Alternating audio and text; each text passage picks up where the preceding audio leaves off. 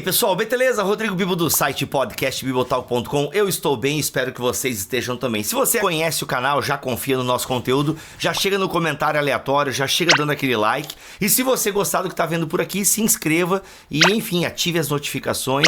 Tem conteúdo toda semana, pelo menos umas 3 vezes por semana tem conteúdo aqui neste canal, tá bom? Recentemente estava assistindo o filme Extraordinário com a minha família, aquele filminho de família bacana. E olha, tem uma coisa no filme que é aquilo que o Bibotalk tem pensado muito nos últimos tempos, e é incrível como algumas pessoas têm dificuldade de entender algo tão básico, e eu quero conversar sobre isso com vocês, essa reflexão que eu tive, que já estou tendo junto com os meus amigos e amigas do Ministério Bibotalk, e depois o filme reforçou ainda mais. E eu fiz uma postagem no Instagram, e aí percebo que a galera ainda tem dificuldade de entender algo tão básico. Eu vou tentar ampliar aqui a discussão que eu trouxe, né, que eu fiz lá no Instagram. Vou tentar ser um pouco mais claro, talvez aqui nesse vídeo. Roda a vinheta.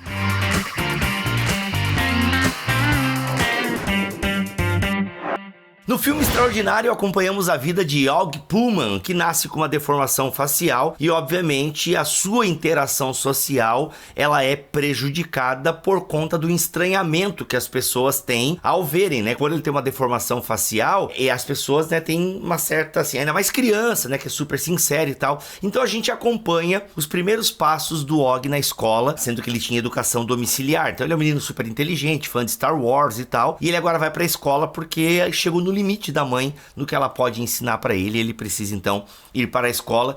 E aí a gente tem um professor muito bacana, e no primeiro dia de aula do Og tem lá o preceito, né? O preceito daquele semestre, ou o preceito daquele ano, acho que é do semestre, enfim.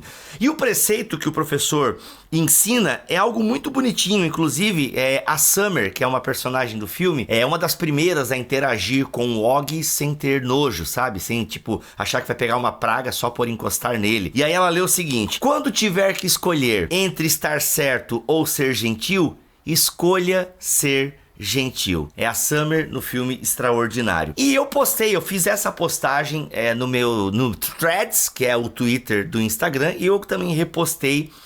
Isso que eu coloquei no Threads, eu coloquei também no Instagram. E assim, a maioria das pessoas entendeu, mas alguns irmãos e algumas irmãs tiveram essa dificuldade de entender. Não, peraí, não, a verdade é a qualquer custo. Olha o que Lutero disse.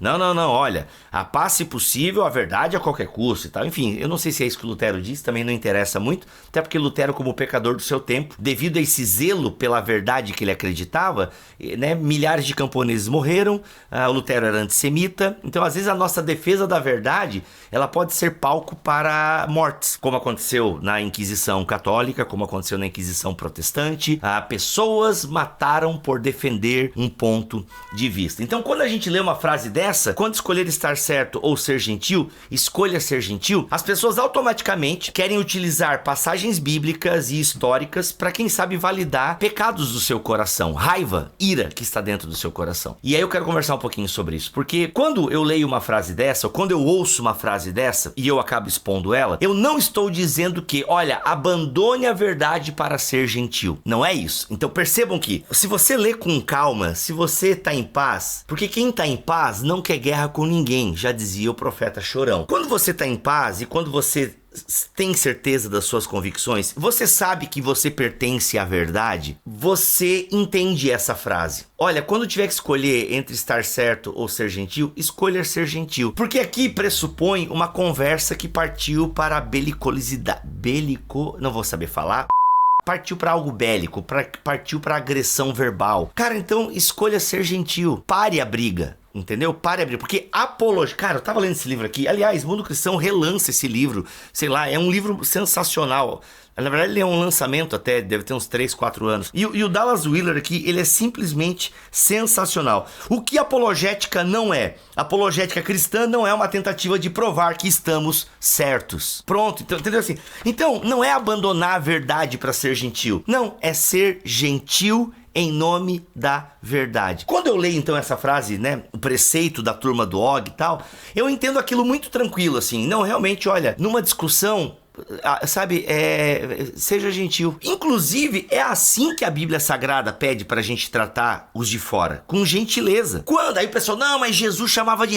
Os comentários, né, aqui da minha postagem do Instagram. Não, porque raça de víboras não era gentileza da parte de Jesus. João Batista era gentil. Ô pessoal, vocês estão aí pegando exemplos, primeiro, que está deslocalizado, e outra, quando Jesus utiliza palavras duras, geralmente é dirigida a quem? Geralmente era dirigida a líderes religiosos. Então a primeira coisa que você tem que ter em mente, Jesus inclusive, ele foi no pátio do templo, ele purificou o templo. Não, Jesus não foi lá, olá pessoal, tudo bem? Gentilmente eu vou derrubar aqui a mesa de vocês, porque vocês estão comercializando, vocês estão transformando isso aqui num covil de ladrões e tal. Olha, gentilmente eu vou derrubar essa mesa. Então, o que acontece? A gente fica utilizando esse exemplo, a gente fica utilizando a relação de Jesus com os líderes religiosos para dizer que a gente pode fazer a mesma coisa. E aí que a gente erra. Primeiro, nós não somos Jesus no sentido que nós somos já manchados pelo pecado. Jesus, ele tinha realmente um zelo divino pela casa do Pai. Jesus, como Deus, não tinha pecado em si. Porque quando a gente olha a relação de Jesus com os pecadores, que é a nossa relação marcada, que as nossas relações são marcadas de pecadores se relacionando com pecadores, é uma relação de humildade, é uma relação de amor, de acolhimento, sem abrir mão da verdade. Mas Jesus acolhe. Jesus não fica dando palestrinha e discursinho, ele acolhe e fala, olha, vai, não peques mais, entendeu? Ele conversa com a mulher samaritana, ele trata com amor. Inclusive, Jesus convida a todos, olha, aprendam de mim que sou o quê? Manso e humilde. A apologética, ela deve ser mansa e humilde. Pedro, quando vai escrever a sua carta, fala do capítulo 3, olha gente, defendam com mansidão a fé de vocês. Paulo, instruindo a Timóteo, vai falar de mansidão. Olha, instrua, tenha paciência. Agora não, a gente quer pegar o exemplo de Jesus e João Batista dialogando com os líderes religiosos. Primeiro que também é outro tempo, a gente tem que tomar muito cuidado de pegar exemplos bíblicos e aplicá-los assim, sem consideração ao contexto, ao nosso período agora. Porque a verdade, queridos, é que eu vejo muita gente querendo defender a sua posição teológica, achando que está defendendo a verdade bíblica. E com isso, briga, range os dentes, é irônico, é maldoso. Vou dar um exemplo de maldade, tá? Pra vocês pegarem bem. Eu tô num vídeo qualquer falando, não, porque não sei o que, você que é pastor e tal, eu tô falando sobre um curso de liderança, aí eu cito o termo pastora, a pessoa vem no comentário, não existe pastora. Isso é um comentário inútil, isso é um comentário de gente maldosa. Porque eu não tô perguntando pra você se existe pastora ou não. Eu tô dando um aviso, eu tô dando lá, fazendo um merchan, pagando as minhas contas, trabalhando. E você vem querer agora discutir se tem pastora ou não. O vídeo não é sobre isso. Porque ser gentil não significa abrir mão da verdade. Significa defender a verdade com gentileza. Só que é o seguinte, é quando te perguntarem a razão da sua fé. O problema é que na internet nós estamos discutindo com quem nem pergunta a nossa opinião. A gente só quer provar que tá certo. Ou seja, a nossa postura é extremamente sectária. Nós queremos provar que estamos certo. E olha, C.S. Lewis e tantos homens antes dele, mulheres também, nos alertando sobre como nós precisamos estar mais unidos naquilo que nos junta. E a gente gosta de enfatizar aquilo que nos separa. Então a gente quer discutir na internet, a gente quer provar o nosso ponto. E a gente acaba perdendo a gentileza. A gente fica utilizando exemplos de Jesus no seu embate com lideranças religiosas e a gente se perde em todo o testemunho de Jesus, toda a apologética que Jesus fez como um estilo de vida, atraindo para si pecadores, sendo manso e humilde. Mas não, a gente quer o Jesus irado. Por quê? Porque no fundo a gente quer dar vazão para essa nossa ira no coração com respaldo bíblico. Por isso que eu me assustei bastante, ou nem tanto, quando eu vi tanta gente comentando, não, peraí, a verdade tem que ser pregada. Mas ninguém tá negando isso, a gente só tá dizendo que tem que ter gentileza. E infelizmente a gente está sendo conhecido na internet como briguentos. Inclusive o BT Papo que a gente lançou semana passada sobre salmos imprecatórios. Se você quer entender bem, vai lá ver esse BT Papo, ele tá sensacional. Não é a marca da oração de um discípulo de Jesus, entende? E não, a gente quer a briga, a gente quer defender a nossa fé com unhas e dentes, e defesa da fé não é isso. Apologética verdadeira se faz sim com argumentos, com razoabilidade, mas marcado pela mansidão, marcado pela gentileza. E, gente, não tô aqui agora dando lição de moral, porque eu já errei muito e talvez erre ainda nesse longo caminho que espero ter de produção de conteúdo pela internet. Sim, também tenho os meus problemas, também às vezes perco a paciência com comentários e vou lá e sabe, e sou irônico. Eu não tô gravando esse vídeo aqui dizendo pra vocês assim, ó, gente, eu já melhorei. Não, eu tô num processo de melhora.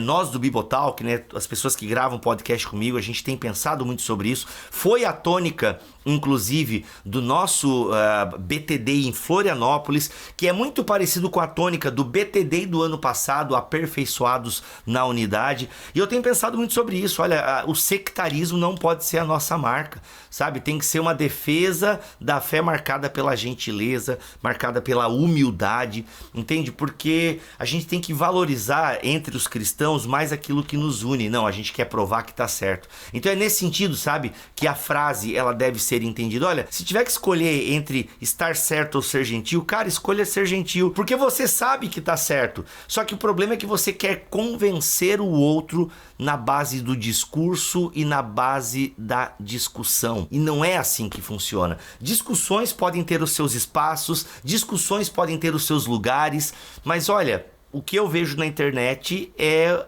o falso lugar de discussão.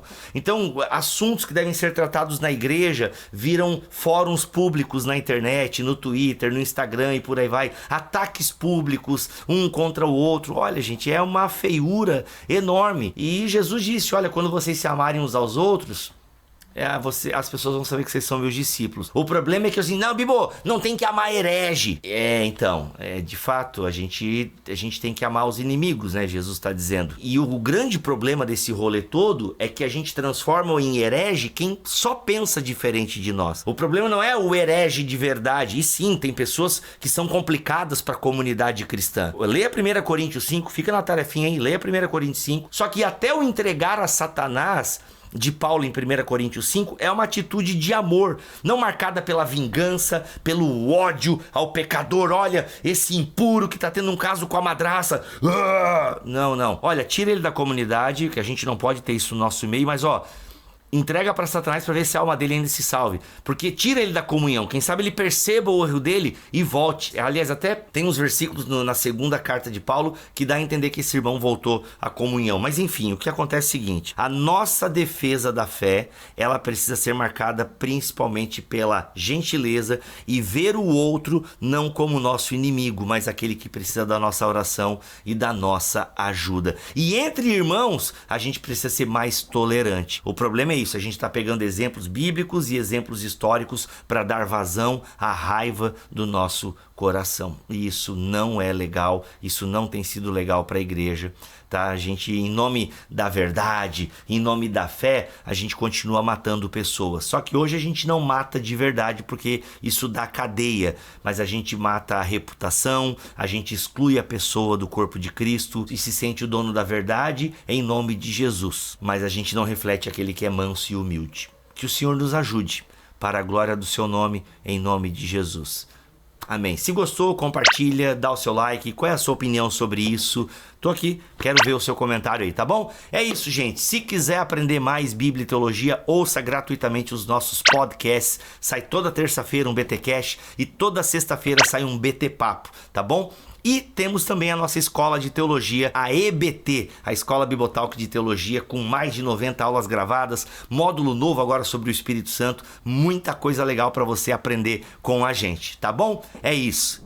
O sectário faz de doutrinas secundárias, bandeiras partidárias, ideologias políticas e divergências denominacionais a causa última de sua existência. Tal visão de mundo, obviamente, não combina com o Evangelho de Jesus. O sectário não acredita na unidade do corpo de Cristo. Aliás, para o sectário, quem define o corpo de Cristo são os seus termos pessoais. O sectarismo, além de ser um problema moral e teológico, é um problema eclesiástico. O crente sectário não valoriza a essência da igreja, que é a convivência em comunhão na diversidade de talentos e dons. O sectário prefere viver no mundo uniforme das seitas. Gutierre Siqueira, em O Reino Dividido.